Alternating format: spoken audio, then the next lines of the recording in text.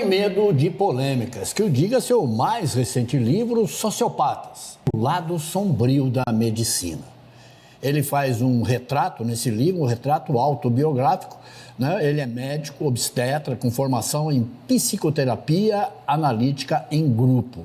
Ele revela a experiência com colegas médicos, que ele identifica como sociopatas, e que faz um profundo estudo das mentes desses indivíduos nefastos. Conosco aqui está o doutor Albino Bonomi. Muito obrigado, doutor Bonomi. Muito obrigado. Prefere que eu lhe chame de Albino, de Bonomi? Bonomi, pode ser Bonomi. Pode ser Bonomi. O senhor é médico e escritor, o senhor tem uma vasta literatura, né? É uma vasta literatura e uma vasta experiência literária, né? A qual é impossível ser um escritor, né? Então, realmente, são duas coisas que eu faço, assim, paralelamente, e estou muito feliz com essas abordagens. Porque líderes sob suspeita, o que a medicina diz sobre o comportamento de poder? Como é que o senhor explica isso? Na verdade, a gente espera, né? Todo mundo espera que a medicina seja assim, como uma espécie de sacerdócio, né? Uhum. Mas nós sabemos que mesmo no sacerdócio original, legítimo, né, das igrejas, existem os sociopatas, os psicopatas, mais do que bem conhecidos. Em toda a área, seja na medicina, no direito, na economia, existem as pessoas desviantes, que realmente fogem completamente àquilo que se espera do ser humano, né, e de determinadas profissões mais ainda. O livro é autobiográfico, obviamente, já falei isso aí, e ele nasceu de casos reais, né, de observações profissionais que você fez. De colegas com os quais trabalhei. Pesquisou essa coisa toda. Mas o que levou o senhor a escrever esse livro? Na verdade, todos esses livros são autobiográficos. Aí chega um momento que eu, assim, desde muito jovem, né, eu passei a me interessar profundamente pela experiência literária. Tem uma biblioteca de mais de 500 volumes, todos lidos. Então, assim, eu tenho uma experiência muito grande. E num determinado momento, eu não tinha noção que eu ia realmente ser escritor, ou até ter o dom disso. Mas chegou um certo ponto, ali depois, 30 e poucos anos, que eu percebi, fazendo alguns pequenos artigos para a revista do Centro Médico, que eu tinha o dom de escrever. E, claro, escrevia mais sobre as experiências médicas, sobre as coisas médicas, né? E as pessoas que liam, eles se encantavam com aquilo. Teve gente que dizia, olha, quando vem a revista, se tiver um artigo seu, eu leio, senão o resto eu leio depois. E aí isso foi me dando uma certeza que eu poderia fazer isso. Incentivando, né? Incentivando, sem dúvida nenhuma. Então eu tenho uma capacidade de concisão muito grande. Apesar dessa capacidade de concisão, esse meu livro principal autobiográfico, O Ciclo Gestatório de um Homem, ele tem 700 páginas. Então, assim, é uma coisa, porque são 75 anos de vida. Na verdade, quando eu terminei esse livro, eu tinha 60 anos. Uma vida extremamente complexa e profunda, assim, cheia de altos e baixos. E aí eu consegui, assim, surpreendentemente, desenvolvendo isso. Uma coisa puxava a outra, uma memória puxava a outra, das associações de ideias. E passei a lembrar coisas quase assim da primeira infância e até com praticamente palavras textuais, assim, conversas pessoais, assim, bem textuais. Eu lembrava assim, fui lembrando assim, então se tornou um livro assim extremamente impressionante, um vocabulário não muito rebuscado, mas é um vocabulário de quem realmente tem uma noção literária, um conhecimento literário, uma cultura literária muito grande. Doutor Bonomi, como é que você define um médico sociopata hoje? O médico sociopata é aquele que realmente ele é um sujeito que trabalha absurdamente, mas visando exclusivamente o ganho financeiro. Ele faz disso a sua função fundamental. Isso me lembra perfeitamente o que se disse, alguém disse aquele filme extraordinário, o maior filme de todos os tempos, que é o Cidadão Kane. E alguém diz em relação ao Charles Wallace Kane, que é a personagem principal, o seguinte: E não é tão difícil assim ganhar dinheiro quando esse é o único objetivo que se tem na vida. Então, basicamente, é isso que é muitíssimo mais importante para ele do que a família, do que os filhos. Ele mal conhece os filhos. Um colega, um dos que eu trabalhei, que eu faço os comentários nesse livro, ele tinha 3 filhas. Quando uma ligava, ele não sabia qual o nome delas. Você é essa, você é essa. Assim, não tinha uma intimidade, não vivia por elas. Então, é realmente uma coisa terrível. Você já dá isso como caso perdido ou é possível humanizar esse? Então, eu achei que fosse. Eu vou te explicar por quê. Porque essa pessoa, quando se formou aqui, um pouco depois de mim, ele saiu daqui, pelo que eu soube depois, com, assim, como as pessoas diziam, com anticorpos, deixou anticorpos, que é uma pessoa já duvidosa. Ele não saiu com... E aí, por coincidência imensa, eu fui trabalhar com ele lá na hidrelétrica, conheci, trabalhei 1 ano com ele, depois eu voltei, ele continuou por lá, ficou muito rico lá, para aquele lado de Cascavel.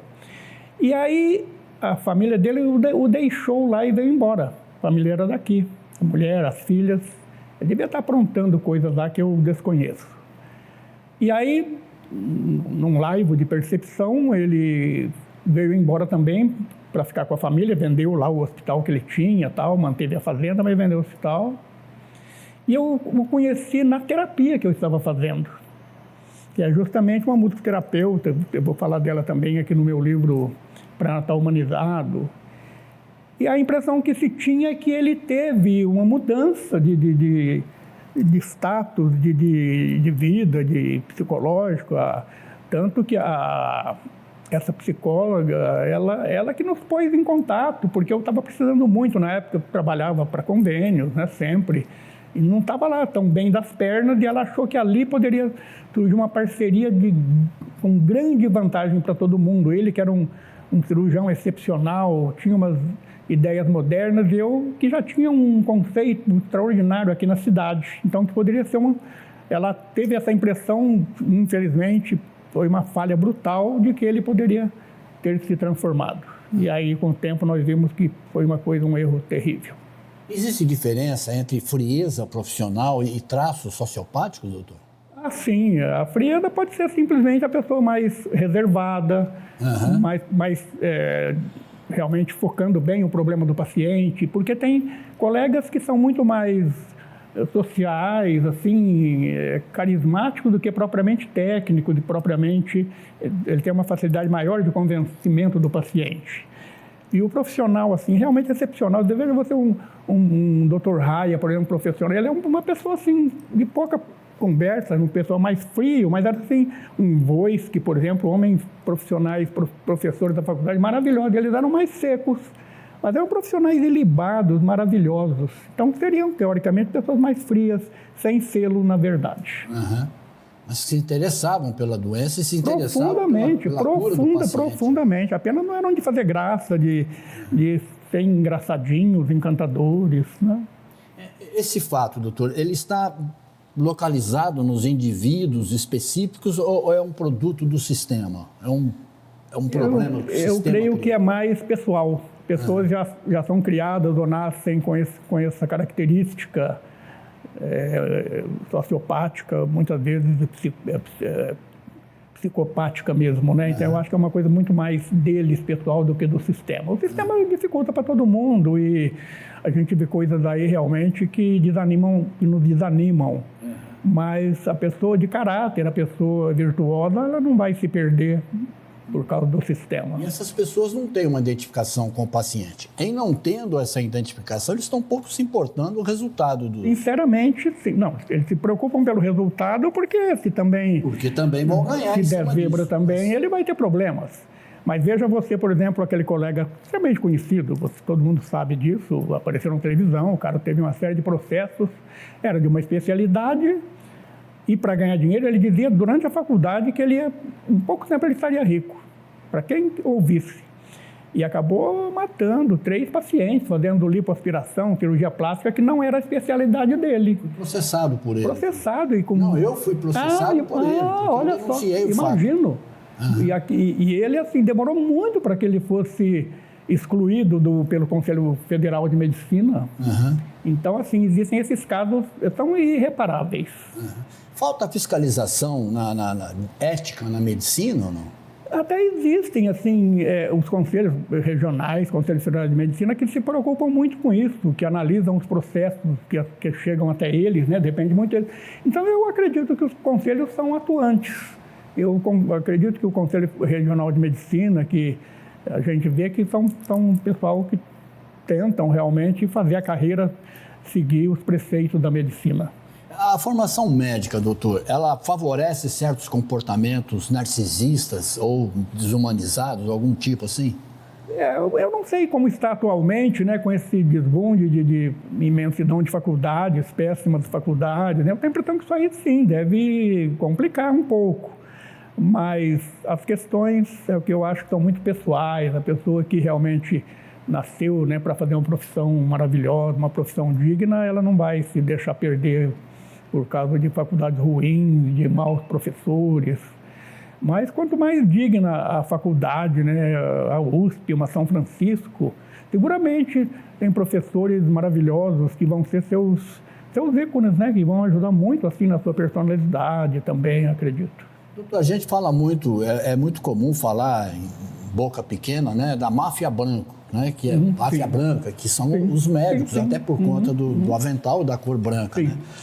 Alguns conselhos profissionais ou hospitais, eles costumam encobrir essas falhas, essas condutas abusivas? Eu acredito muito mais que as medicinas de grupo, principalmente, né, são pessoas que são também existe entidades. O espírito de corpo? Eu acredito que sim, dentro dessas, principalmente dessas medicinas de grupo, né, que realmente visam o lucro.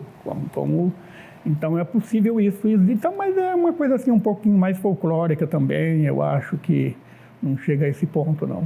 Mas a medicina continua sendo um dos estudos, né, que mais atraem pessoas. Ela também pode atrair pessoas com traços narcisistas.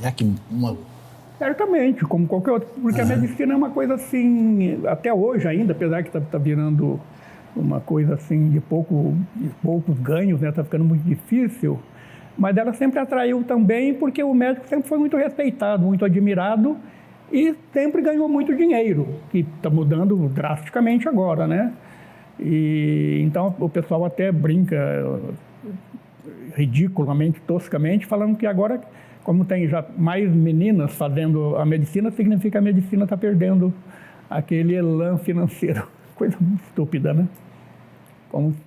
Porque o homem, ele, de maneira geral, ele trabalha visando dinheiro, não exclusivamente.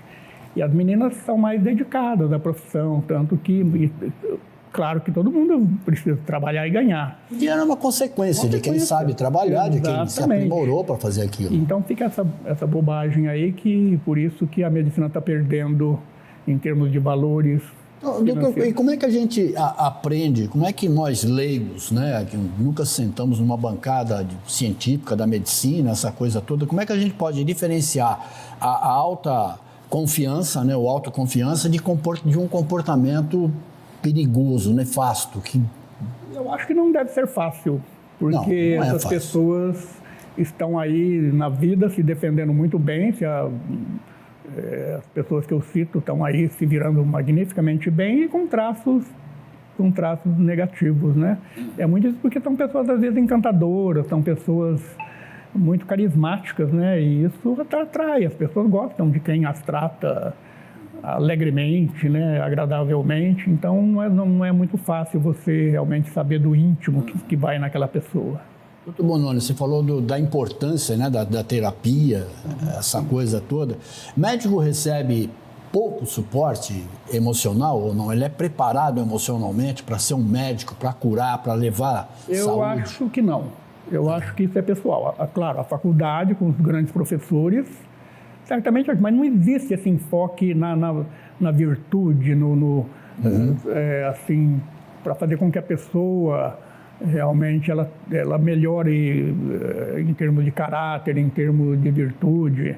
E são coisas muito pessoais. Mesmo fazendo as melhores universidades, realmente eu acho que não existe esse suporte assim, essa possibilidade de ajudá-lo num crescimento pessoal. Uhum. Que momento que o senhor percebeu que havia um tema importante e nada discutindo na medicina, que é esse, de enxergar realmente, esse é um caso sociopata, né?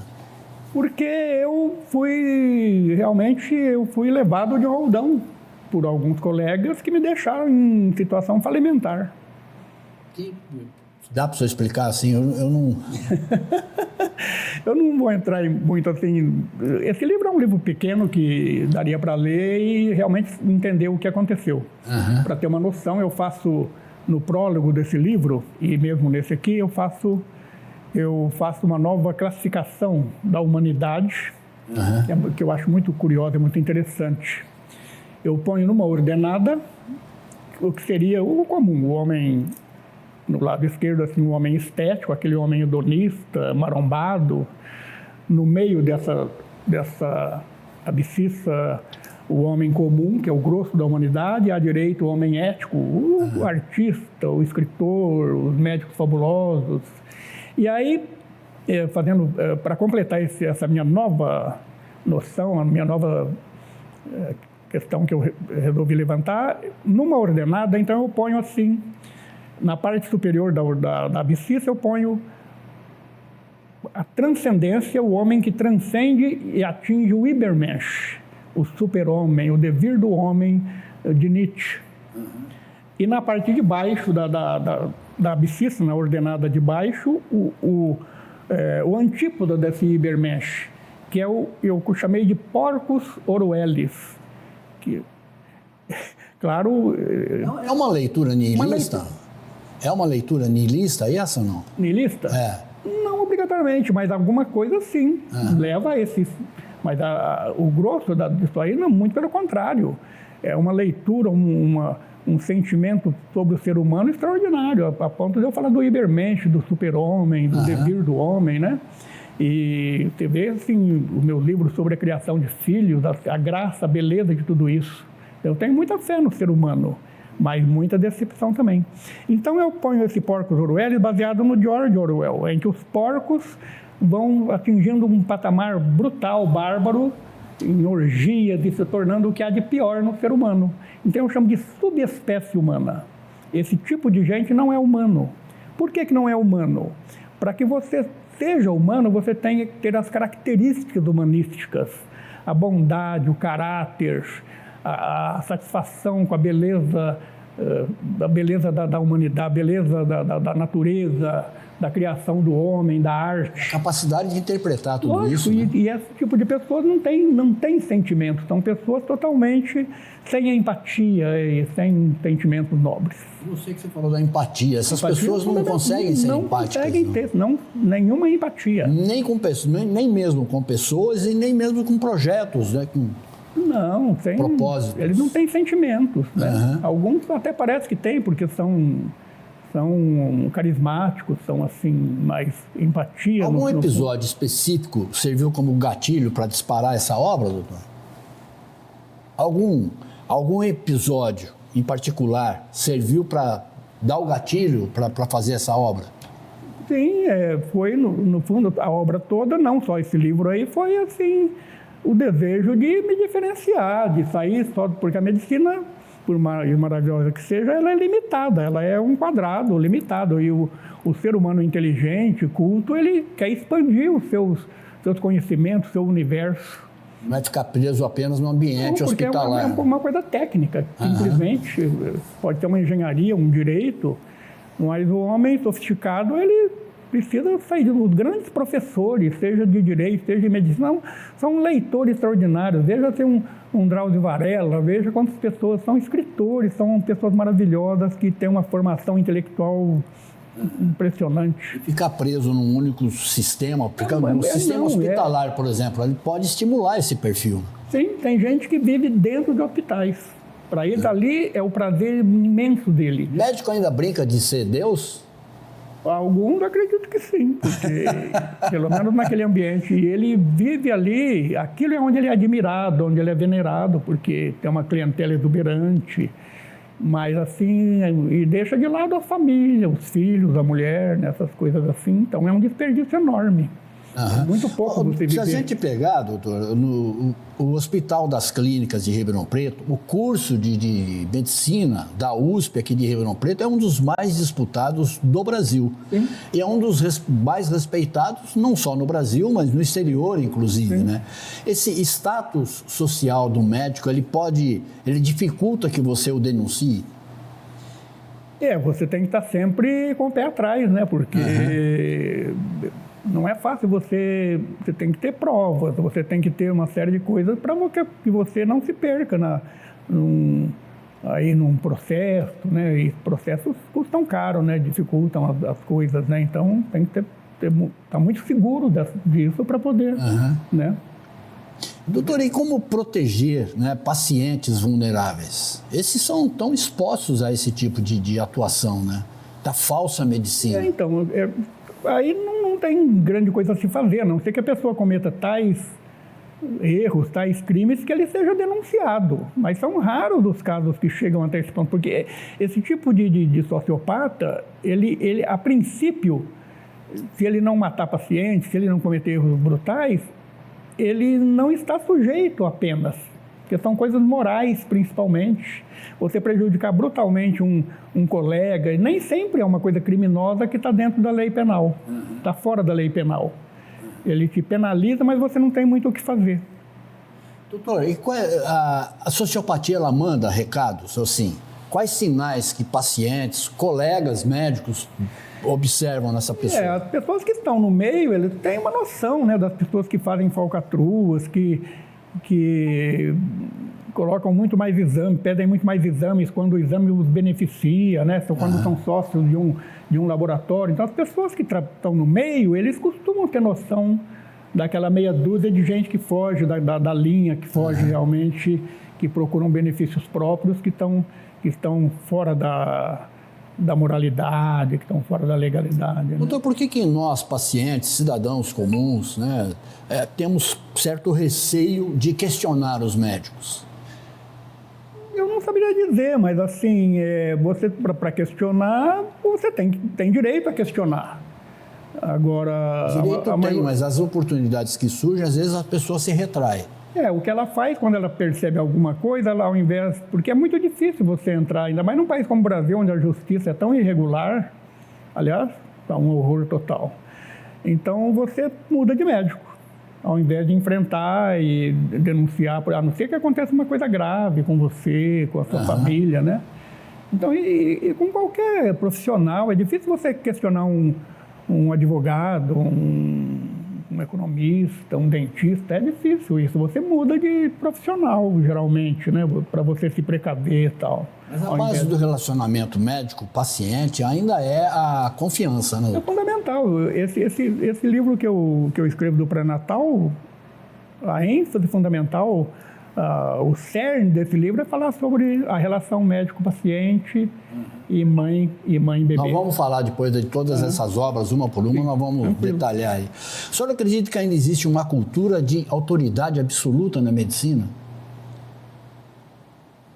E autoridade absoluta não, porque as coisas mudaram, né? Hoje o paciente tem mais noção das coisas, ele pode questionar as condutas, né?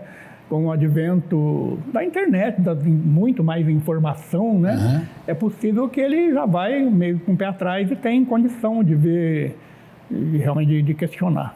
Eu perguntei dos sintomas, né, da sociopatia, o que é que caracteriza um médico verdadeiramente humano? O que caracteriza é a maneira da pessoa se comportar, seja em consultório, seja fora disso aí. A pessoa mais culta, a pessoa que fala da ecologia, que fala da beleza do mundo, são coisas assim que você percebe que a pessoa tem um nível diferente, né? Você não é uma pessoa vidrada no trabalho, uma pessoa correndo, desesperada, atendendo de 15 em 15 minutos, pessoa que dá um tempo para consulta, uma coisa assim, que também é ligada à família. Isso é fundamental para que a pessoa diferencie o tipo de pessoa. Essas pessoas veem primeiro a ganância do dinheiro ou enxergam também a fama, a notoriedade. É todo um conjunto, né? Aham. É todo um conjunto. A fama, Uma coisa puxa a outra, seria basicamente Sim, por aí, né? Sem dúvida nenhuma. E essa recuperação da empatia que você me falou agora há pouco, como é que ela funciona num sistema que a pessoa está se sentindo pressionada? Nem assim? Bom, eu não sei bem qual a questão da pergunta aí, eu não saberia dizer. A empatia é uma coisa que você vai desenvolvendo com o passar dos anos. Primeiro você tem já ter uma coisa inata de família, né? De você já ser uma pessoa diferenciada, muito mais ligada à virtude, aos bons sentimentos, isso facilita que você comece a ser mais empático, né? Mas tem pessoas que profissionalmente eles são empáticos, mesmo que tenha um íntimo mais ligado à sociopatia, mas eles podem ser empáticos perfeitamente no atendimento. Existe relação entre o poder, ego e a perda de empatia? Geralmente a pessoa poderosa, ela realmente manda e desmanda e dane-se o resto, né? Doutor, vamos falar desse livro em específicos. A gente está falando muito sobre ele, o lado sombrio da medicina, sociopatas, né? Houve algum tipo de resistência, pressão realmente em cima de você por conta desse lançamento? Porque é um livro que causa polêmica. O livro é desconhecido ainda. Eu publiquei os livros. Eu tinha publicado um livro maior. Aliás, esse livro está mais moderno ainda, ele está mais atualizado. E era um outro livro de outra capa, com menos coisas. Então, eu não vendi nada praticamente. Como eu não sou professor, eu não sou um cara famoso, é muito difícil. São publicações, autopublicações.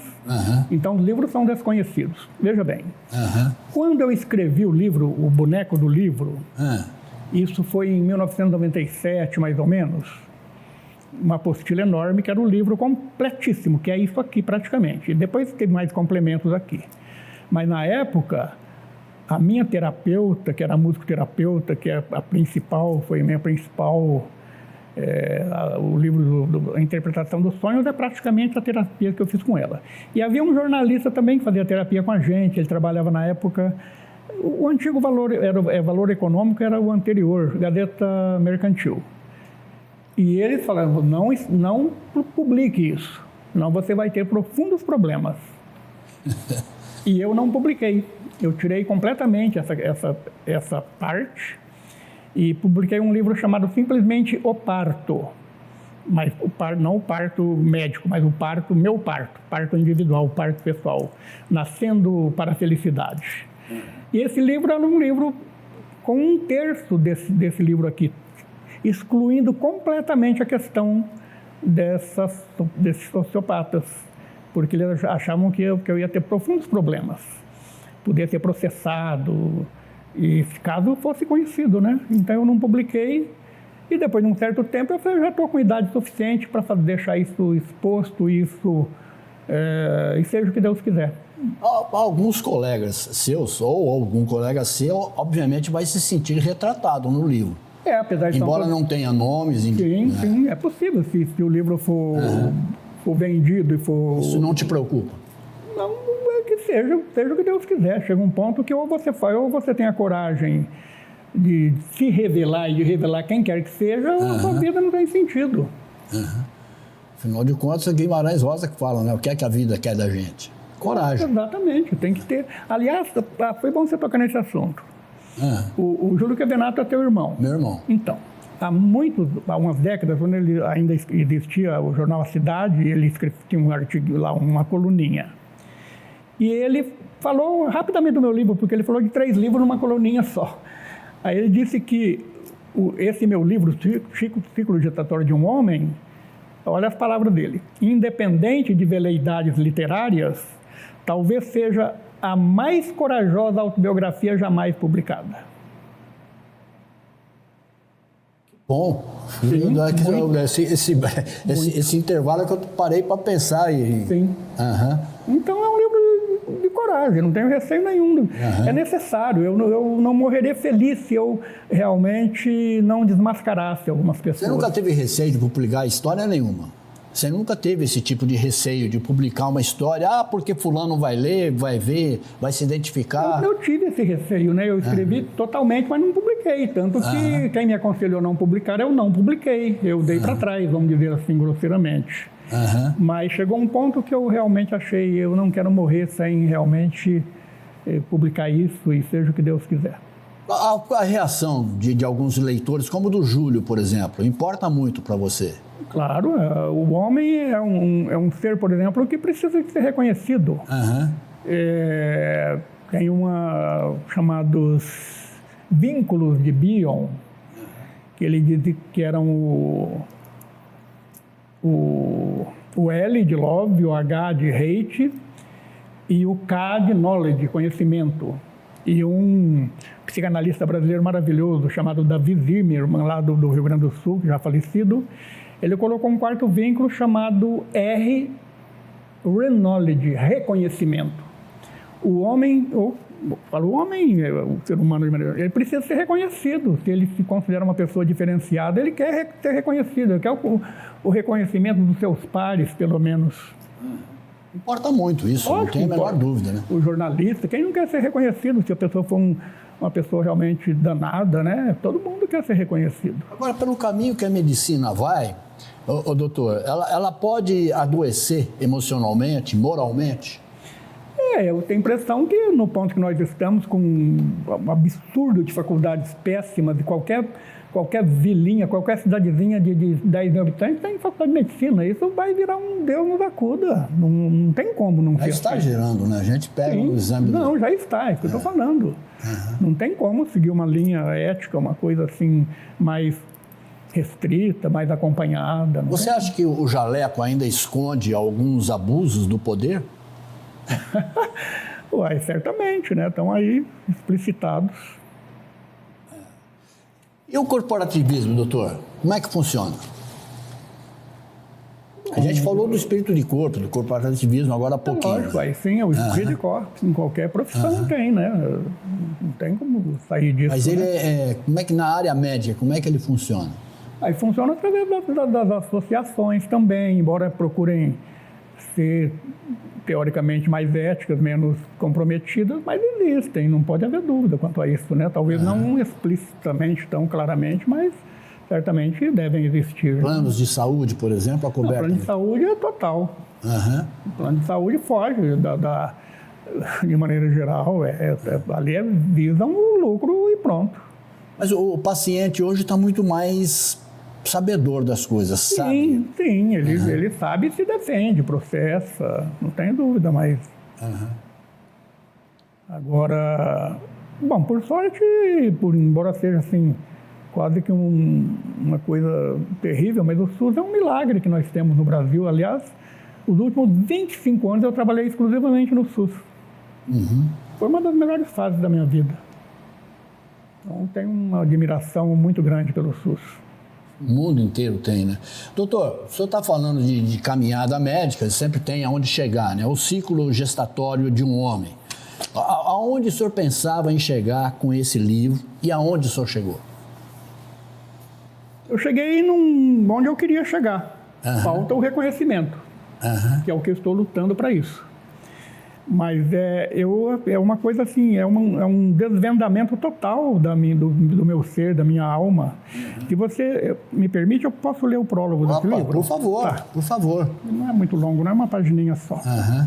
O prólogo do ciclo gestatório de um homem. Que tanto encantou, não, o escritor Júlio Kevenato. Prólogo. O ciclo gestatório de um homem é um relato autobiográfico onde se faz uma ampla abordagem desde a origem, o nascimento, até o destino final do homem, o encontro com o absoluto, o sagrado, não deixando nesse ínterim nenhum tema humano fundamental sem ser abordado e dissecado. Para que isso pudesse ocorrer, leva-se às últimas consequências a busca do autoconhecimento, que é a única coisa que realmente importa ao homem, pois é através dele que o indivíduo pode transcender e fundir-se ao divino. Nessa trajetória impressionante, faz-se uma das mais profundas reflexões sobre a condição humana jamais realizadas por um autor, podendo-se até mesmo afirmar que se trata do mais ambicioso mergulho nas profundezas da alma humana desde a interpretação do sonho de Sigmund Freud. Chama-se o ciclo gestatório de um homem porque, desde a gestação e o nascimento, e no decorrer de boa parte da vida, muitos círculos foram abertos, em consequência de traumas que levaram a uma enorme desvalia e quase à morte. Círculos esses que, através de um longo e penoso trabalho de busca e de resgate, foram aos poucos se fechando, fazendo nascer um novo homem, com uma visão inteiramente nova de si mesmo e do universo que o rodeia. Acabando aqui. C. Em Busca do Tempo Perdido, obra monumental de Proust, a qual faço referência em vários momentos, foi concebida como a construção de uma catedral cujas partes crescem simetricamente até chegarem no alto da torre, segundo Fernando Pi. A minha se desenvolve como um círculo, que só se fecha, só se completa no final, em sua conclusão, como se virá. Por isso que chama o círculo gestatório. Aí você mostra, inclusive, uma esperança de uma medicina mais humana. Certamente. Uhum. E ela está humanizando hoje ou está perdendo por completo essa linha? Perder por completo não tem como, né? Vai continuar sendo sempre uma especialidade de referência, né? E eu acredito que a grande maioria das pessoas que entram por essa área são pessoas dignas, pessoas que realmente, e felizmente, como está acontecendo, de as mulheres atualmente serem muito mais candidatas, e tem mais mulheres hoje fazendo faculdade de medicina do que homens, e elas costumam ser mais éticas e mais cuidadosas. Éticas, carinhosas, extremamente receptivas e têm um sentimento extraordinário. Eu, nessa obra, eu me refiro a várias pessoas, várias mulheres, eu cito muito mais mulheres que eu conheci, amigas, algumas namoradas, assim, que foram um carinho de... Sem elas eu não teria sobrevivido. Você acredita que ainda existam médicos perigosos exercendo a profissão sem qualquer controle efetivo? É porque é o que eu falei para você, assim, o controle, nem sempre essas traquinagens que eles aprontam, esses desvios de conduta, são perceptíveis.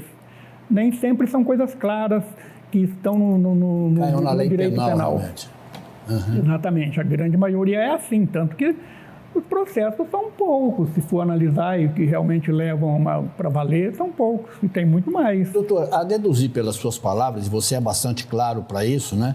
A medicina hoje protege muito mais os maus profissionais do que empresta auxílio para proteger pacientes, por exemplo. Eu acho que não chega tanto, porque o número de maus profissionais ele é restrito. Entendeu? A maioria são pessoas comuns, médicos comuns, bons, mas sem ser gente extraordinária, gente assim, de um nível extraordinário, né? O chamado Ibermesh, mas a maioria são pessoas comuns que trabalham direitinho, fazem um trabalho decente, beneficiam o paciente, gostam do que fazem, né? Vivem mais nos hospitais do que, né? Mas são pessoas que são benquistas, que fazem um bom trabalho. Mas existe uma casta médica no Brasil, né, acima das críticas? Em qualquer área. Em qualquer... Olha, hoje o pessoal do direito, o que virou o direito? Que é coisa mais dramática do que isso aí. São pessoas que o país depende absurdamente e virou um nicho terrível. O Brasil vive de insegurança jurídica hoje. Mas absurda. Eu nunca vi coisa igual. Hoje o STF, as CNJs, olha que esse povo está ganhando de uma mesquinhez, de uma covardia insustentável. E ninguém particularmente, você já sofreu retaliação por expor esse tipo de pensamento? Não, porque nunca ele ficou muito evidente, né? Assim, eu lutei muito, assim, até contra os convênios, quando eu fazia parte do centro médico, sempre atuei um pouco politicamente assim. Mas, então eu nunca nunca cheguei a esse ponto do que eu estou expondo agora, né? Nunca ficou assim tão evidente, né? Isso aí, se os livros realmente tiverem uma exposição maior, pode ser que venha a ter problemas, mas realmente Isso também não lhe serve como preocupação, não? De forma alguma. Eu estou em fim de vida, eu tenho 75 anos. Está novo ainda? Sim, de certa forma, sim. Aliás, fisicamente eu estou muito novo. Me cuido muito bem. Tanto que, por exemplo, é um livro assim, apesar de parecer um livro assim terrível e sério, é um livro assim encantador, principalmente o Pré-Natal Humanizado, Como Criei Filhos. Então, é um livro de um humor maravilhoso, de uma sensibilidade enorme. Então, assim, como de vez em quando pessoas, pacientes ou colegas que não me veem há muito tempo... É esse aqui que você fala, você está falando desse. Como Criei Filhos, né? E assim, e aí ele é um livro, com meus filhos principalmente, uma relação maravilhosa, onde o humor é fundamental, as graças, as brincadeiras são fundamentais. E quanto ao fato de as pessoas acham que eu sou muito mais novo do que pareço. Eu até brinco com isso, eu pareço mais novo do que sou na verdade.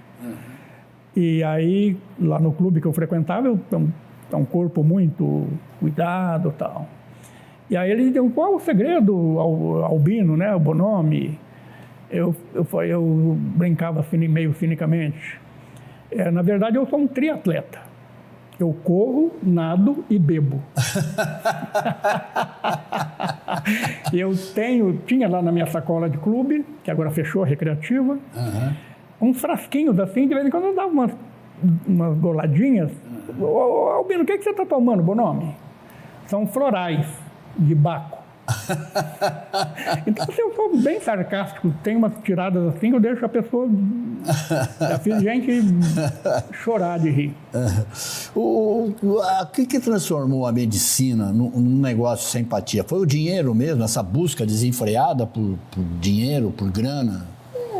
Grande parte das pessoas que entram, grande parte eu não diria, mas muita gente que entra na medicina porque ela sempre foi muito lucrativa, né? Tornam-se bons profissionais, às vezes excelentes cirurgiões, excelentes profissionais que beneficiam imensamente as pessoas, mas a entrada principal tem muito a ver com a parte... Alguns médicos, eles chegam a usar o sofrimento humano como instrumento de poder? Eu acredito que sim, né? Porque se a pessoa percebe que tem esse poder quase que divino entre a vida e a morte, ele pode se sentir dessa forma, né?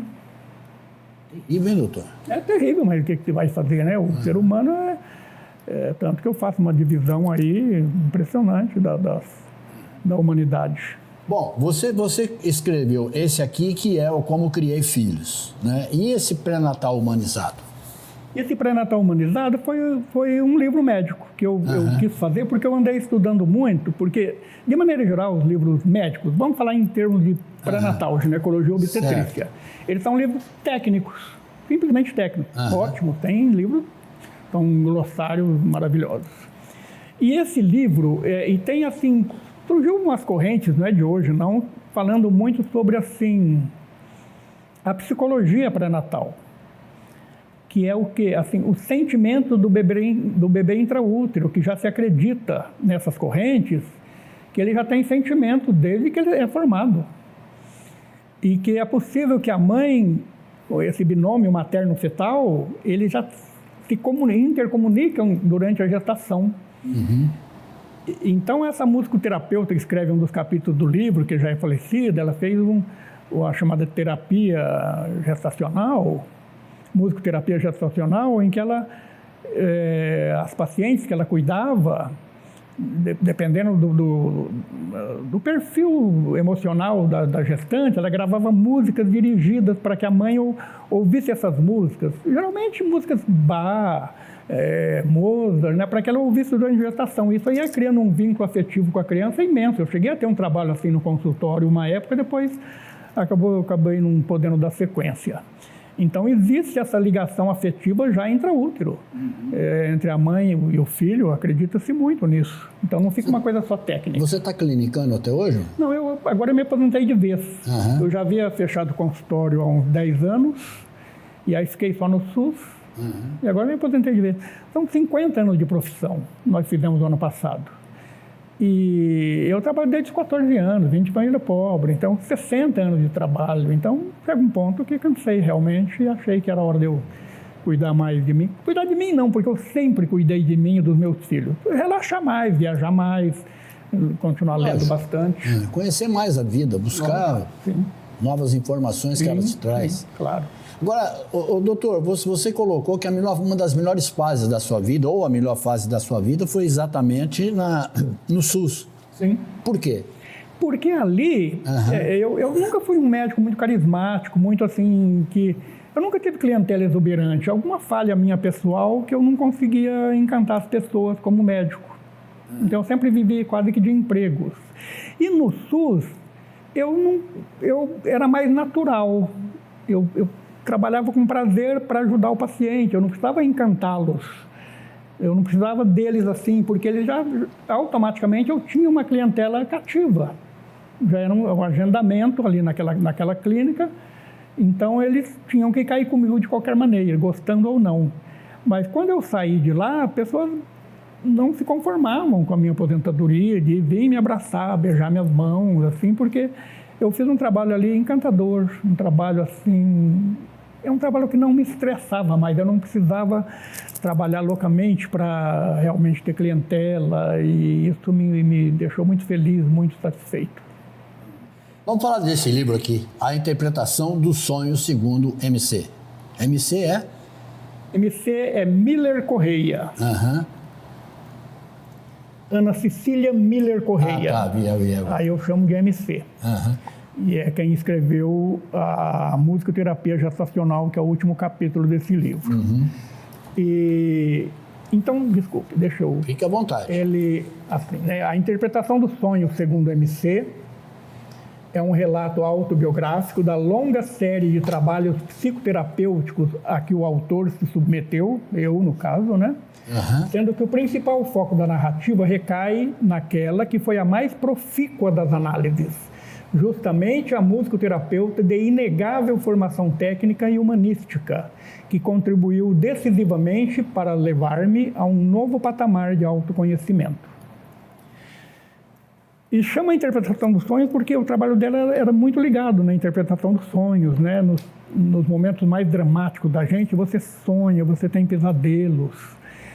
E aí, quando eu acordava e conseguia recordar um sonho, eu anotava o sonho e levava a ela que fazia a interpretação desses sonhos. Então, isso aí foi assim, uma coisa assim, de grande proveito para mim. E ela trabalhava de uma série de maneiras, né? Ela tinha, assim, algumas... tem umas 30 gravuras aqui. E, por exemplo, essa gravura, ela te dava essa gravura e você fazia um comentário, por exemplo, né? Não sei para onde posta isso aqui. Pega, mas tranquilo. E aí eu escrevi assim, é um sol, né? Já o vislumbro em parte, mas ainda não totalmente. E através desse breve relato que eu tive essa impressão, ela faz a análise do que eu escrevi. Nessa outra aqui, duas crianças. Um beijinho roubado na infância, acho que nunca o fiz. E aí ela faz uma interpretação incrível, assim, que não é para... Na infância não é coisinha de namorico. Namorico é quando você já for maduro, já for um homem já... não são coisas adequadas. Da adolescência, né? Para frente, né? Então assim... Uma fase mais adulta. E é um trabalho excepcional. E eu fiz mais uma ou duas terapias. No final eu fiz uma terapia que eu chamo... Esse livro é dividido em duas partes, que é a interpretação do sonho, segundo MC, e depois uma segunda parte, que eu chamo de livro 2, uma terapia intensiva, que eu fiz um trabalho com um trabalho que havia em Belo Horizonte, um trabalho diferente e muito profundo também. E então, é a segunda parte do livro, essa terapia. Doutor, há médicos que sentem prazer em menosprezar ou mesmo humilhar pacientes, mesmo que os pacientes não consigam perceber isso? Eu não posso dizer com segurança isso, porque eu também não conheço intimamente a grandíssima maioria. Não sei como eles trabalham em consultório, isso é uma coisa que não tem como saber, né? É possível, mas não posso afiançar com segurança. Agora, numa profissão tão disputada quanto a medicina, a vaidade, ela interfere muito, doutor? Eu tenho a impressão que sim, porque uma faculdade, geralmente o médico é admirado, né? Sempre foi uma das figuras das profissões mais admiradas, né? Por que o senhor deve ter poucos colegas que agem como você, né? Que denunciam colegas antiéticos? Por que eles não denunciam tanto? É medo, é conveniência? Talvez, lógico, também sim, porque isso pode trazer consequências para você, né? Você vai ter que se enfronhar num processo aí, vai criar problemas, né? E talvez não tenham sido prejudicados diretamente, como foi o meu caso. Então, cada um cuida da sua vida. Mas você foi prejudicado diretamente por quê, doutor? Porque eu tinha uma certa dependência de colegas. Eu assim, nunca tive como eu já falei para você, eu nunca tive assim, uma clientela exuberante. Eu venho de uma família pobre que eu tive que ajudar todo mundo. Então, eu casei mal, teoricamente, em termos financeiros. Minha mulher não trabalhava, não tinha uma formação. E tinha uma família grande para eu ajudar bastante mãe, pai, fazer casa para mãe, aquelas coisas todas. Então, eu precisava também de algum suporte, colegas que operavam bastante, então eu ajudava o colega, isso me rendia um pouco mais para que eu pudesse, para que desse o suficiente para me manter e ajudar. Se fosse só eu, assim, poderia não precisar desses colegas, né? E aí o segundo colega, que me deixou em situação falimentar, nós montamos o primeiro serviço de Ribeirão Preto de videocirurgia na frente do HC de Ribeirão Preto, só para você ver o nível do que nós montamos. Só tinha na Europa isso e em São Paulo. E aí depois a coisa deu tudo errado e realmente complicou. Mas então, a princípio era uma coisa para ter um sucesso e tanto, mas acabou realmente me Isso por conta da ganância Sim. Você tem uma noção. Quando eu montei esse trabalho com o colega, eram dois irmãos médicos, eles tinham também sérias diferenças, eles acho que não se davam. Um deles me ligou e falou assim, ficou uma hora falando comigo no telefone, eu não sabia mais o que falar, dizendo que esse colega era capaz de pisar no pescoço da própria mãe por dinheiro. É o que eu falo ali. E não é tão difícil ganhar dinheiro quando é o único objetivo que você tem na vida.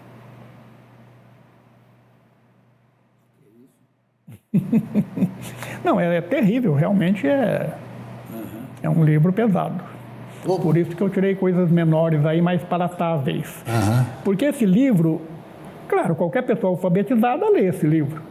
Mas é um livro difícil, um vocabulário um pouco mais requintado, é um livro longo, é um livro que os franceses chamam de um roman fleuve, um rio caudaloso. Obras como A Montanha Mágica, Os Miseráveis, de Victor Hugo, Guerra e Paz, de Tolstói, são livros caudalosos. Então, esse seria mais ou menos assim. Então, não é fácil ler. E é um livro assim que tem muitas referências, muitas citações filosóficas. Então, eu tirei os livros menores, que são muito mais palatáveis, fáceis de serem lidos e graciosos, né?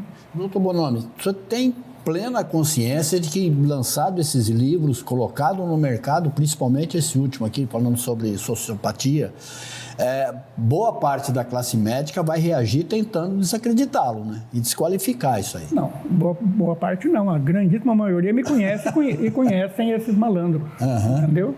Mas isso não me preocupa. Entre as histórias que você disse não publicar, qual a pior delas? Dá para dar um enredo? Como é que é? Você falou que muitas coisas você tirou do livro e deixou de publicar. Não, nesse aqui tem tudo. Não, não foi nesses sociopatias aqui. Não, aí a parte de sociopatia está completa. Está completa? Sim. Então você não deixou parte nenhuma para fora, não deixou ninguém... Nada. Quem que vigia os vigilantes dentro da medicina? Ninguém?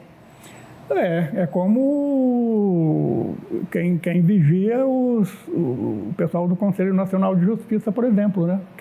Quem que vigia os juízes do Supremo? Não tem. A pessoa passa a ser dona do pedaço, né? Você você teme estar generalizando uma profissão inteira ou não? Ou fica bem claro quem é quem nesse aspecto? É bem claro. Onde está o joio, onde está o trigo? Não, bem dirigido. Bem dirigido. Sim, eu acho que a profissão continua sendo uma profissão maravilhosa. É o que eu falo, os grandes professores, pessoas cultas, pessoas maravilhosas, profissionais excelentes. O médico brasileiro, doutor, ele foi educado para não ser confrontado, para não ser inquirido, para não ser questionado pelo paciente? Creio que é o médico brasileiro. De maneira geral, na sua profissão, você espera saber o que você está falando e você está fazendo. Então, você não espera ser inquirido se você acredita no seu trabalho, na sua formação. Uhum. Por fim, doutor, para a gente só fechar esse assunto aqui, a sociopatia pode matar? Mas é claro, um sociopata pode matar. Tem um colega aí que matou várias pessoas. Está cheio de colegas estuprando gestantes, estuprando pacientes que aparecem nos jornais diariamente. Doutor Albino Bonomi, muito obrigado pela sua presença. Eu gostei muito, primeiro de tudo, de conhecê-lo. Segundo, de tomar ciência da sua obra literária, que é muito interessante. É, pena que nós falamos só dos sociopatas, né? Pena que não tivemos muita oportunidade de falar. Mas não vai faltar ocasião, não. Vamos a gente volta para falar sobre tudo isso. Maravilha. Eu vou deixar, então, para vocês aqui os links dos vários livros. Tá? A gente vai, ao longo da programação, a gente vai falando. Tá. Eu só queria deixar aqui onde é que acha esse livro. Então, eles estão assim, tá? Esses livros foram publicados, a autopublicação minha, no Clube de Autores. É um livro é uma editora de autopublicação. Então, você não encontra nas livrarias. clubedeautores.com.br/livro/sociopatas. Sim, os sociopatas é isso aí. E cada um deles tem um link, mas é o Clube de Autores. Todos eles são publicados no Clube de Autores. Beleza. E também em e-book na Amazon. Esses livros, que a pessoa pode também pedir, o livro físico, né? Na estante virtual, no Mercado Livre, também acredito que consiga, porque são livros feitos sob demanda. Você quer um livro desse, você pede esse livro e eles publicam e te mandam. Não existe um lançamento, uma publicação de 1.000, 3.000 livros. Eu nunca consegui publicá-los por uma grande editora. Então, são livros produzidos sob demanda. Mas te interessa também uma grande publicação? Lógico, se aparecesse, se não, isso aqui, se tiver vender um pouco mais, certamente ajuda bastante. Doutor, obrigado. Até uma próxima. Vai ter uma próxima, te garanto. Se quiser. Tá bom? Obrigado. Obrigado. Gostei muito de te conhecer. Tá bom, igualmente. E muito obrigado também a você que nos aguentou e tolerou e nos deu audiência até agora. Nós voltamos. Tchau.